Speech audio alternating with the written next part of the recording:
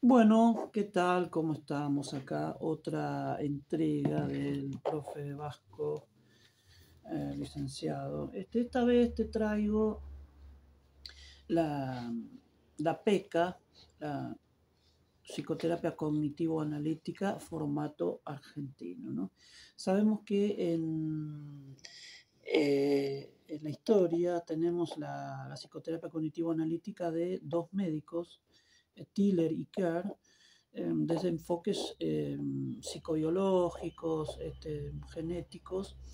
Son médicos con una cierta formación como terapeuta que suceden en Europa, pero que tienen mucha similitud con la TCC, el reencuadre, diagramas para registrar, las devoluciones son como cartas que se le hace al paciente, hay interpretaciones, hay transferencias, contratransferencias, es decir, que articulan ambos campos, superando esta falsa dicotomía o sesgo cognitivo o distorsión cognitiva en que incurren lo que o TCC o psicoanálisis. Entonces, la terapia cognitivo-analítica articula, es creencia mía de que podés articular distintas formas de psicoanálisis con varios modelos con terapia cognitiva, es decir, pero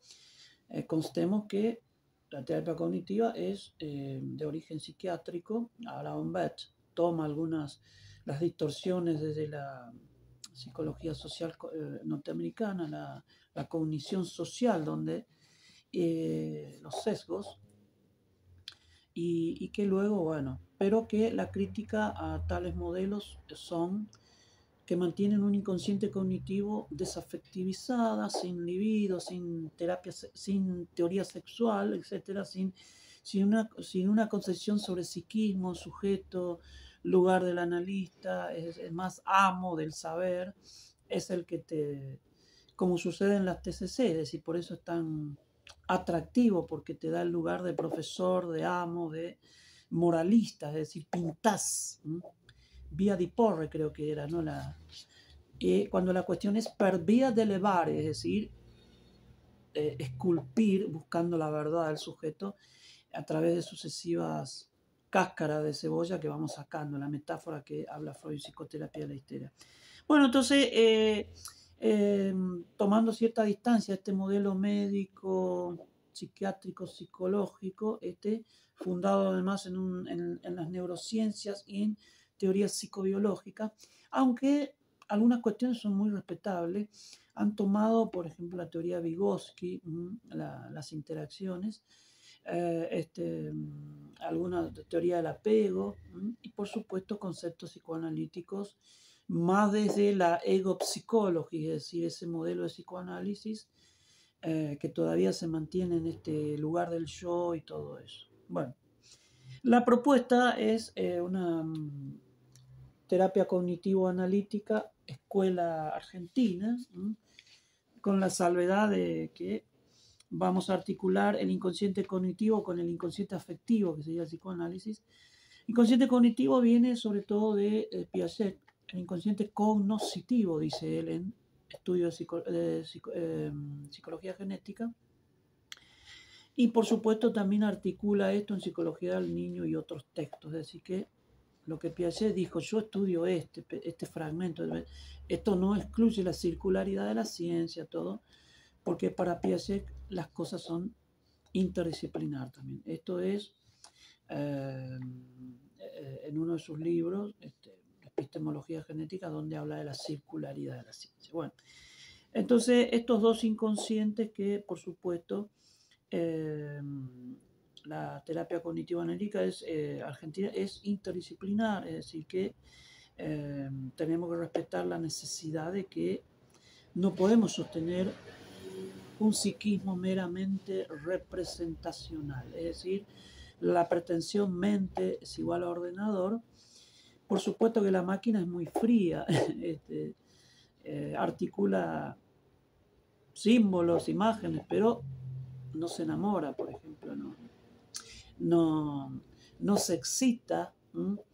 Entonces, las cuestiones vinculadas a esta corporización de lo mental, que ya Freud nos enseñó con... Freud tiene una interesante idea de lo corporal que habría que estudiarlo partiendo del mecanismo de represión, esto de que la representación se desliga de la carga, la disociación ideoafectiva, reprimimos ideas, fantasías, etcétera, y la carga se inerva, es decir, histeria de conversión y demás, somatizaciones también, y que nos indica que para Freud el cuerpo estaba allá abajo, no es que el cuerpo sustenta el inconsciente, ¿no? De modo que esta propuesta de articular el inconsciente afectivo y el cognitivo nos ayuda a entender que el sujeto también tiene un aparato psíquico cognitivo analítico, se podría decir, es decir, si aunamos ambas teorías, lo cual deja a las TCC como cosa del preconsciente y de la conciencia, es decir, tanto el paradigma de este modelo negativista de sí, del futuro, etcétera, me veo mal, estoy triste, tanto como las distorsiones, que serían los mecanismos de defensa dicho en otros términos, es decir, siempre hay atrás en muchos de los mecanismos de defensa si comparamos las distorsiones cognitivas y lo estudiamos así. Entonces este modelo integral del psiquismo toma en un primer momento como que tales representaciones, la cognición como efecto de causas, esto es lo que desvirtúan cuando dicen en el aquí y el ahora, es decir, esta supuesta pretensión de conectar con la realidad, adaptar, más que adaptar, dice Aaron Beck, es que la realidad es subjetiva, tiene que ver con la realidad psíquica, es decir, con la fantasía que delimita, el fantasma que llama Lacan, que delimita la realidad para cada sujeto. Es decir, esto de adaptar además es imposible porque el deseo es función de desadaptación, o sea que no se cumplen muchas de las premisas del cognitivismo clínico porque desafectivizan las representaciones, las cogniciones, y esto lleva a una teoría del psiquismo muy frío, muy imaginario, digamos. Entonces, los resultados se pueden observar, claro, ¿no? en la praxis. Desde la teoría de los tipos lógicos, que siempre cito, articular ambos modelos, a ver qué hay de bueno en cada uno de ellos, sin tendencias asimilativas, es decir, también el criterio de no descalificar, sino que un análisis epistemológico, es decir, qué concepto del psiquismo, el sujeto, de la patología, esto nos ayuda a superar estas visiones fragmentarias en donde caemos en el filtraje, la visión de túnel, de ver la realidad de los que sufren a partir de un sesgo, es decir, visión de túnel, la acotada definición de psiquismo de las TCC, o bien lo ampliamos hacia una mirada analítica, donde quedaría como un momento imaginario de entrevistas preliminares, cuestiones, ideas, el diagnóstico, todo que luego de revisar toda esta cuestión de vida cotidiana, si querés el aquí y a la hora del paciente, pero luego, en un segundo momento, lógico ya, tenemos que superar este sesgo y profundizar en la historia emocional ya, tomando como lo emocional como efecto también de un inconsciente ya freudiano o inconsciente lenguaje de Lacan, pero en donde también tenemos que hay representaciones, hay significantes, en Freud hay representaciones inconscientes, fantasías inconscientes, muy vinculadas a lo afectivo y que cuando operan, cuando son eficaces, producen disfunciones sexuales, sufrimiento, angustia, inhibiciones, etc. ¿En qué medida este modelo de psiquismo de Freud se emparenta con el inconsciente cognitivista? La diferencia es que Freud, si bien lo que se reprime, lo que hay en el inconsciente son ideas, saberes, la verdad, si querés, ya desde Lacan, la verdad que alimenta el sufrimiento y el síntoma. Ahora vamos a ver cómo se organiza esta verdad, desde esta propuesta. Pero que la diferencia es que no es un inconsciente sin sexualidad. Para Lauren es un delirio, tanto la sexualidad sola como en la sexología, médico-psiquiátrico. Por eso también propongo esto de la terapia psicosexual, que ya viene desde Freud, Ferenczi, un montón de autores. Vamos a hacer un video. Bueno, entonces, estas representaciones están articuladas ya desde nuestra propuesta. El scry unconscious o guión inconsciente, que sería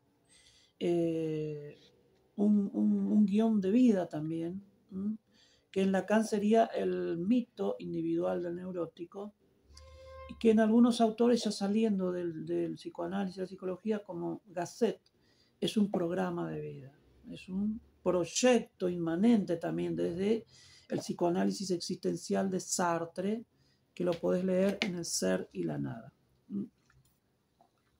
Entonces, el por qué un sujeto está padeciendo un síntoma que también tiene una trayectoria genealógica, yo siempre articulo distintos campos, y es que en ese guión de vida le pasaron ciertas cosas que él está materializando, es decir, hay anticipaciones, es un programa, es un organizado a futuro incluso, porque el guión dice cuál es el sentido, el trayecto de este peregrino en su tierra, como dice un amigo ahí, que siempre me pregunta cosas respecto al tema. Podemos también hablar desde un inconsciente verbal, y la confusión de lenguas, que ya esto se emparenta con mi teoría de los dos idiomas, que esto también observamos, además de un guión de vida que hay que conocer.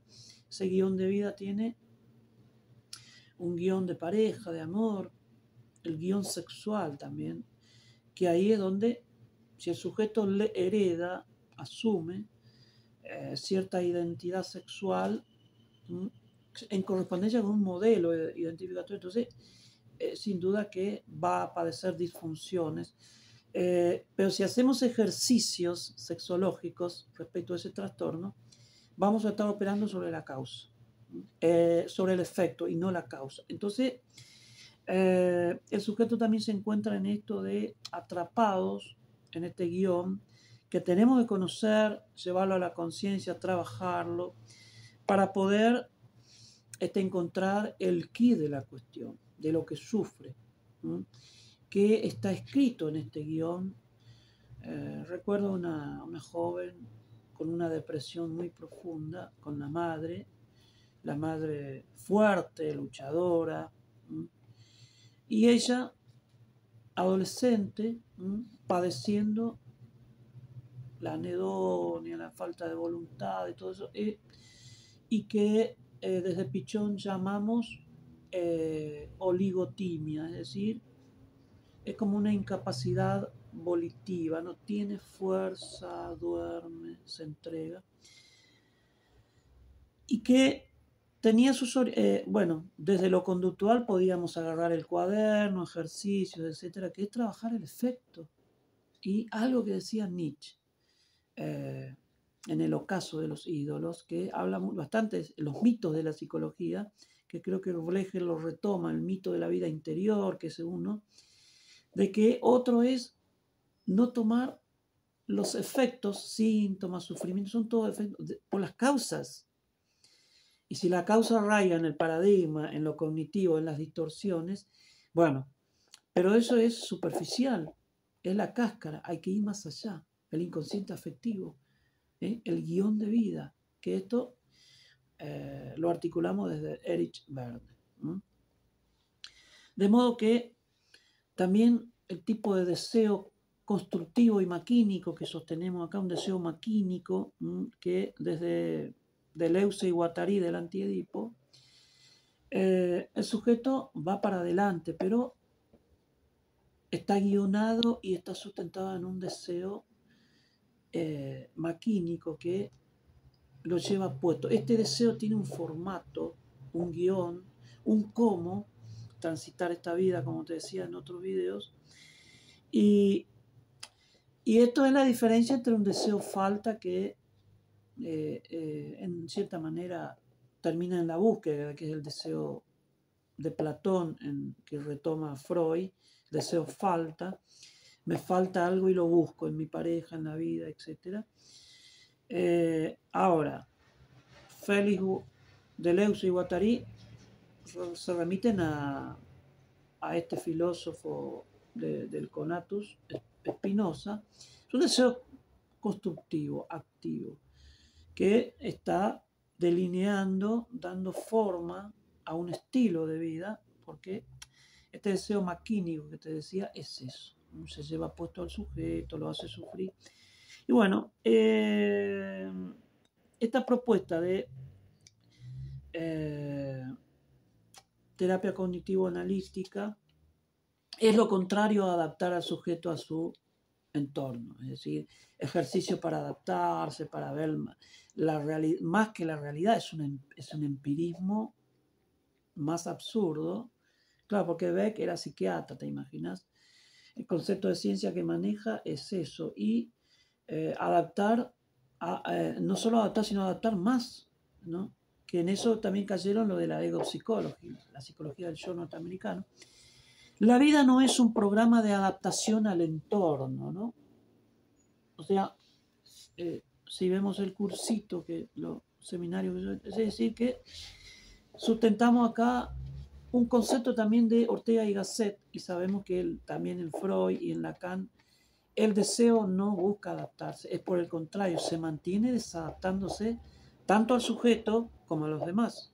Entonces, acá la idea es un poder hacer algo en eso, en relación a este guión que insiste, persevera, busca, camina, pero que en donde podemos introducir nuevas decisiones, redecisiones, diría Verne, para poder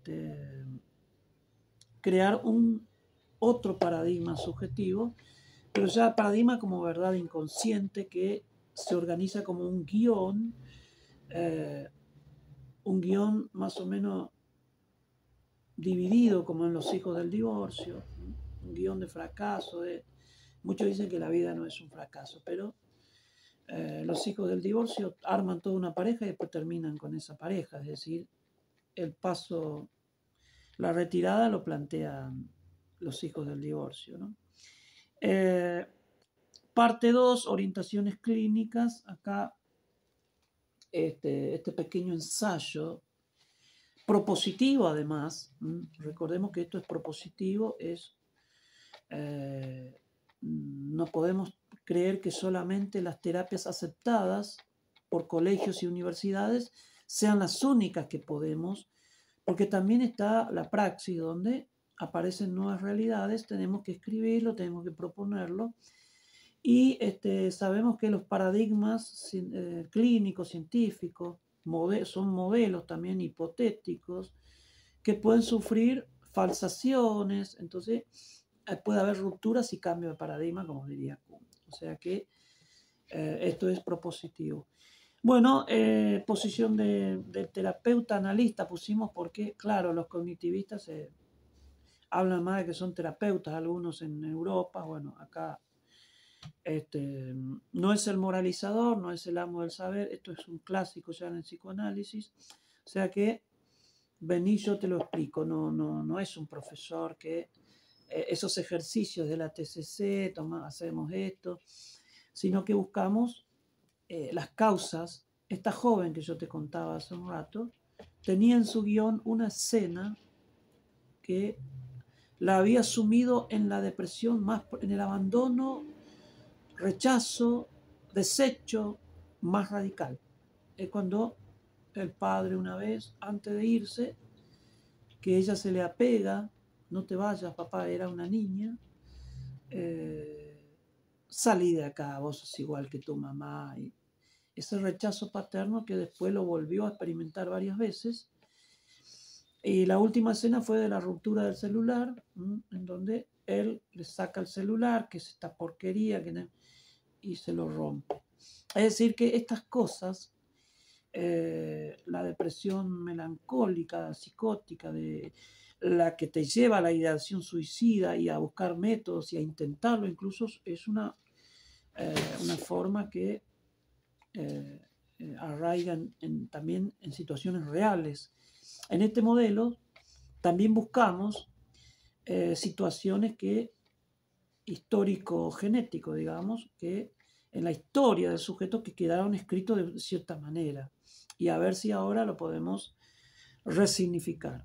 El reencuadre, que tampoco es de la TCC, ya es de la terapia estratégica de Charles Heiler, la hipnoterapia de Milton Erickson, es decir, por eso te decía que Beck toma eclécticamente y no se sustenta en una teoría general, epistémicamente válidos, clínicos, que hay más de 100 años estudiando del psicoanálisis, que creo que es el paradigma más. Pero como es difícil, lleva tiempo, la gente ya quiere soluciones, entonces, en correspondencia con el modelo médico hegemónico, entonces, no. Una cosa es mentirse y que te mientan y encima le pagas. Bueno, hay un capítulo, la depresión, una distorsión cognitiva. Claro, sin duda que hablan de falsa percepción, volviendo a la psiquiatría que abandonó Freud allá por 1800 y pico, es decir, la falsa percepción de los psiquiatras, cuando lo que percibimos ya fue filtrado. Acá el filtraje funciona, pero el inconsciente, como percibimos con un inconsciente que cifra, cuando ya tomamos conciencia, eso ya fue, es como el sueño. Freud emparenta el sueño, el síntoma. Entonces, la depresión entonces tiene que ver con cuestiones históricas que fijó al sujeto en esa posición de triste, digamos, depresivo, es decir, fue puesto en esa posición por rechazos, eventos, situaciones, pérdidas, aunque algunos como Nacio definen la depresión como una pérdida real o imaginaria. El modelo es abierto, así que el doble reencuadre cognitivo-analítico, ¿no? El doble reencuadre sería, por supuesto, en un primer momento trabajamos lo cognitivo, ¿no? Incluso los sesgos, pero esos sesgos hay que profundizarlos y resignificarlos en relación a otras cuestiones, ya, porque lo que en un momento parecía una visión dicotómica, en otro momento no, tenía que ver una cosa con la otra, es decir, cambia un poquitito. Entonces, acá acudimos a técnica de reencuadre que proviene de la hipnoterapia, teoría de la comunicación. Bueno, yo siempre soy honesto. Y hay una pregunta, desdistorsionar, o sea que el sujeto está tan equivocado, por eso está desadaptado, triste, depresivo. Claro, los que trabajan sobre los sesgos, las distorsiones, creen eso, de que no se adapta porque piensa mal, o sea, percibe mal, distorsiona, está equivocado. Entonces, pero no, yo no estoy equivocado, estoy sufriendo. El sujeto te lo trata de decir de alguna manera. Es que si fuese todo un equívoco, es decir, un error del sujeto, sería cuestión de encontrar la verdad. Pero acá la verdad lo ubica el analista, que es como un maestro, te dice cómo tenés que adaptarte. Para nada entonces desdistorsionar, sino que hay que ir más allá de todo eso. Eh, bueno, después explicamos el setting cognitivo-analítico, el encuadre en 2 tiempos, esto que ya te venía diciendo. Seguimos con el ensayo. Luego trataba un poquitito de ideas con cargas emocionales, es decir, que esto es lo que yo te decía al comienzo, de que también criticado por... Hay un libro de Lauren que se llama Lock in Cognition, pero le da con un palo a los cognitivistas, que es un inconsciente representacional meramente ideativo, imaginario, sin sexualidad, sin afecto, sin... Entonces, acá la cuestión es tomarlo como momento imaginario a simbolizar en otro momento de búsqueda de causa, de historización, en que el sujeto nos cuenta de dónde viene todo esto que padece y por qué, y qué se puede hacer con con esas escenas trágicas de pérdida, de abandono que sufren todos depresivos. De modo que hablamos de un modelo entonces integral del psiquismo, del sujeto, de la clínica. Las interpretaciones también no son interpretaciones amos, sino que a veces es una puntuación, son preguntas. A veces articulamos a distintos momentos. Hay un cierto activismo acá del analista, porque es un modelo también que, por supuesto, no es psicoanálisis clásico, no el diván largo, pero empezando este momento imaginario, representacional, de lo cognitivo, vamos pasando gradualmente hacia un enfoque más analítico. Podemos decir que en un tercer momento ya está para el diván. Hay que hacer honor a la historia. Esto también es la historia de la clínica. O sea, si la clínica fue para ese lado, es por algo. Porque para que se constituya un sujeto, hay tiempo también. Entonces, esto de todo ya sería más enfoque de terapia breve. La estrategia analítica, un capítulo que puse las distorsiones transferenciales y el reposicionamiento gradual del sujeto, pero en relación a su historia, a qué significa su guión, el sentido de su vida. O sea, es decir, que acá la transferencia siempre es una distorsión porque se juegan fantasías, saberes inconscientes, y el tema es ver cuánto de eso está jugando en eso que el sujeto dice que lo hace sufrir. Así que acá hay diferencias también. Para leerlo, para tratarlo en mis seminarios, los trastornos cognitivos y sus bases emocionales. Es decir, que la depresión no sería un trastorno cognitivo, sino tiene que ver con la vida, con la historia, fijaciones, momentos, tipo de sujeto también. Y acá ya tenemos que hablar de más desde el psicoanálisis. O sea, las TCC toman el DCM-5, es un manual de psiquiatra, la American Psychiatric, o el CIE-10, CIE-11, etc. A nosotros nos piden técnicas específicamente psicológicas, y al que quiso ser psiquiatra, bueno, utilizará esos manuales que son más, los cuadros que manejan el DCM son, muchos son síntomas de la neurosis de angustia. Por ejemplo, la ansiedad es síntoma de la neurosis de angustia. O sea, o histeria, antes era trastorno de somatoforme, es decir, lo que hacen es una transliteración que consiste en tomar una idea, un concepto y reformularlo en otro idioma, en otro manual, etcétera, que científicamente no tiene mucha validez.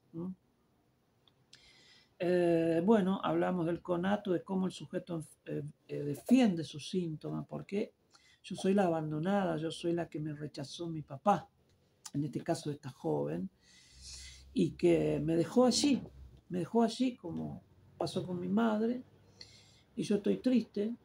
Mi madre es hiperactiva, pero le cuesta levantarse, duerme mucho también. Entonces tenemos cuestiones que el programa de vida, el guión de vida, está manejando mecánicamente al sujeto, ¿no? El trance programático, lo que llamamos eso, es un efecto de hipnosis. Superar inhibiciones y capacidades reprimidas. Acá también no solo intentamos cambiar el síntoma, también podemos utilizar interdisciplina. Acá sí le damos valor al doctor Krepelin o al doctor Bloiler, un tranquilizante o algo que dinamice un poco, pero no en el sentido de que perturbe la capacidad de asociar, historizar, etc. Es decir, que el objetivo es superar inhibiciones y el tema de las capacidades reprimidas, es decir, acá trabajamos los puntos fuertes del sujeto, porque cuando lo va sacando de ese estado de autoinhibición, se podríamos decir, como la depresión, aunque tenemos que recordar que algunos conceptos de Colette Soler, de Lacan, de que hay formas de depresión que mantiene al sujeto del otro lado, es decir, el régimen de la forclusión. Entonces, el tema de la estabilización, acá buscar una suplencia, es decir, algo que subjetive, algo que al sujeto lo lleve a reparar aquellas causas de la inhibición, de la depresión, y también incentivar los puntos fuertes. En esto pintamos bastante. Siempre decimos que la terapia es no pintar, sino esculpir, pero hay casos que ameritan.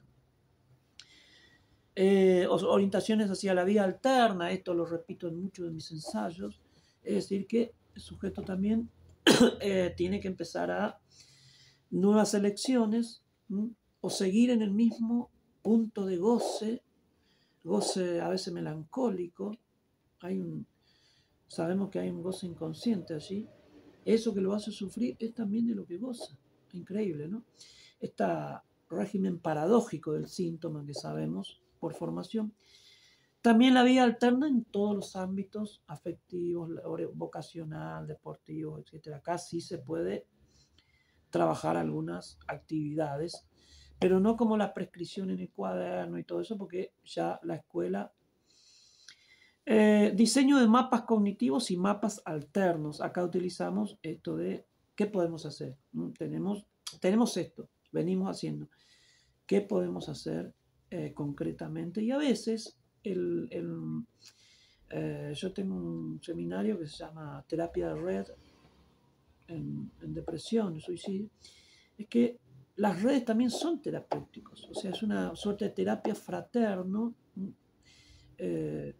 informal, cotidiano, pero que las amistades también son como psicólogos que no te cobran y que te ayudan a biblioterapia, es decir, escribo el libro de mi vida, algunas actividades que se puedan hacer con el corto de mi vida, bueno, es decir que esta propuesta de terapia cognitivo-analítica, formato argentino, que se sale del modelo médico hegemónico, tiene sus raíces con Tiller y Kerr, que escribieron la psicoterapia cognitivo-analítica.